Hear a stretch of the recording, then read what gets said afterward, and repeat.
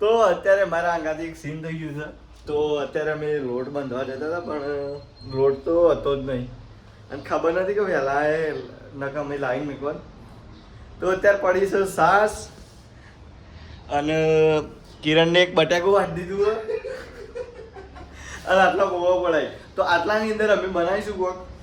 તો તમે બતાવીએ કહું બને એવું નહીં. તો કિરણ તું બટાકું વાટ નાખ, પૌવા મંગાવી દઈએ અને પેલા પડીકો બે ત્રણ પડે ને ખાઈને જતા રહીએ, બરોબર? તો હેલો ગાઈઝ, ગુડ મોર્નિંગ.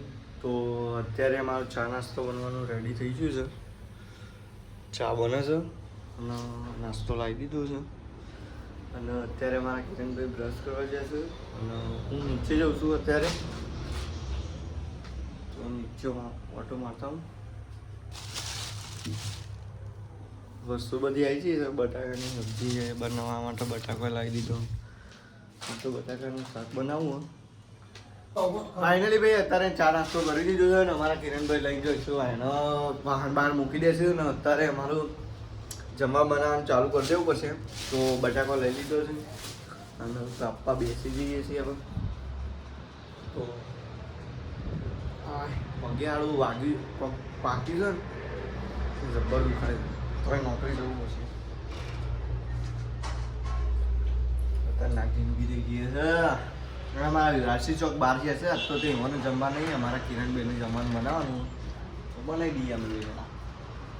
તો ફટાફટ રહ્યા કિરણભાઈ બટાકો કાપી દે અને મેનેજમેન્ટથી કામ કરવું પડશે એટલે હું લોટ બાંધી દઉં, બરાબર?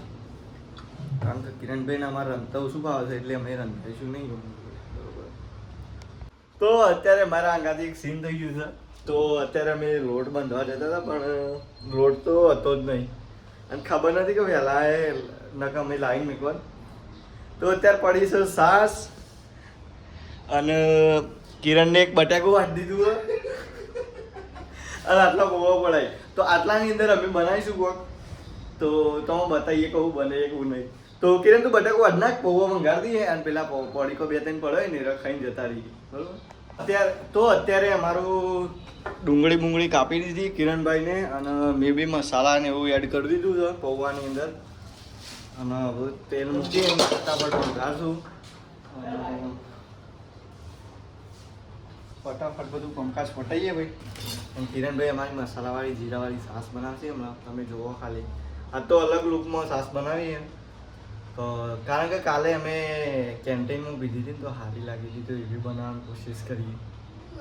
તો તેલ બેલ એડ કરી દીધું છે ને અત્યારે અમારું જીરું પેલા એમાં તવીમાં શેકીએ તો ટ્રાય કરીએ અત્યારે કે પેલું કહેવાય આપણે કેન્ટીનમાં કાલ છાશ પીધી હતી ને એના માટે મેં જીરું એવું શેકેલું નાખેલું ને એવું લાગતું હતું. તો એવું બનશે કે નહીં બને તો એના જોવા માટે વેઇટ કરો. તો અત્યારે અમારું તેલ મૂકી દીધું છે પૌવા વઘારવા માટે. તો એની અંદર અમે હવે રાયડો નાખશું. રાયડાનો વઘાર કરી દઈશું. તો રાયડો એડ કરી દીધો છે અંદર અને શેકા દે કિરણભાઈ. ઓહ, તો રાયડો ચડવાનો ચાલુ થઈ ગયો છે અને એક બાજુ અમારું જીરું બી એડ કરી દઈએ અંદર થોડું. તો જીરું બી લેવાનું ચાલુ છે.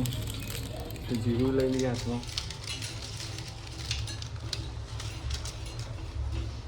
જીરું અંદર એડ કરી દઈએ છીએ.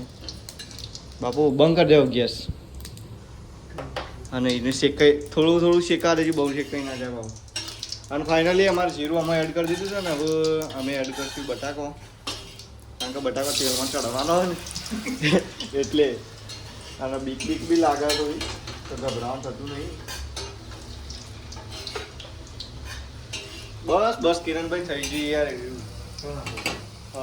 એનો મને નાખી દીધો તસમો.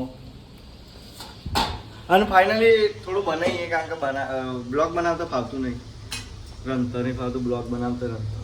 ફાઇનલી અત્યારે અમારા ફાઇનલ લુકમાં પૌવા આવી ગયા છે અને ખાલી અંદર કોથમીર ધાણાની કમી છે, બાકી કશું જ નહીં કમી.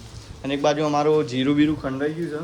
તો એ પેલી કોથળી આવે ને આપણે ચવાણાની કોથળીમાં ખોટ દે પેલું હ પણ એમાં નહીં મજા આવતી, જોવા એવું ખંડાતું નહીં. અને એક બાજુ અમારા આઈફોનનો ચાર્જિંગ એટલો વેકેમ તો એ 100,000 રૂપિયા આવી ગયો. કારણ કે ચાર્જ તો સેકન્ડની અંદર ભાવ કરીએ ને તો. અને અમારા પૌવા રેડી થઈ ગયા છે ને વરારો ને કરવા મોડ્યું છે. તો ફાઇનલી બની જાય હવે તો અમે જમવાનું કાઢી દઈએ ફટાફટ. તો અત્યારે અમે જમવાનું કરી દીધું છે ચાલુ, અને તમે જોઈ શકો કે પૌવા અને છાશ રેડી છે અમારી જીરાવાળી. અને મારા યુવરાજસિંહ આજ તો દર્શન કરવા જતા હતા વહેલા વહેલા. કેટલા વાગે જતા યુવરાજસિંહ? 9 વાગે. 9 વાગે જતા ને અમે 11 વાગે ઉઠ્યા ને, એટલે અમને તો એવું લાગે કે યુવરાજસિંહ એ શિપમાં જતા રહે ને એ શિપમાં આવીને ઘેર જતા રહ્યું. અમે વાયકાને એકલા ખાવું પડી રહ્યું. પણ ના ના એવું નહીં કિરણભાઈ, આપણે કાલ ઘેર જવાનું છે બરોબર?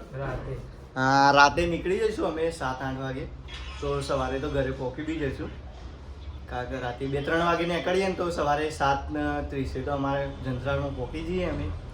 તો અત્યારે અમારે જમવાનું કરી દઈએ ચાલુ, અને તમે જોઈ શકો જીરાવાળી છાશ. આ તો અલગ અંદાજમાં પેલું શું કહેવાય, જીરું પહેલાં તો શીખ્યું તવીમાં અને પછી છાશમાં નાખ્યું આમ પાટી. અને અમારા યુવરાજસિંહ આજ તો દર્શન કરવા જતા, એટલે અમને તો આમ ચિંતા થઈ ગઈ હતી કે જતા રહ્યા. તો અત્યારે અમે જમી લીધું છે અને વાસણ ભેગો કરી દીધો છે. હવે જઈશું ધોવા માટે. તો કિરણભાઈ મિલાયા છે ડોલ પાણી ભરવા માટે, તો એને હું લઈ આવું છું અત્યારે.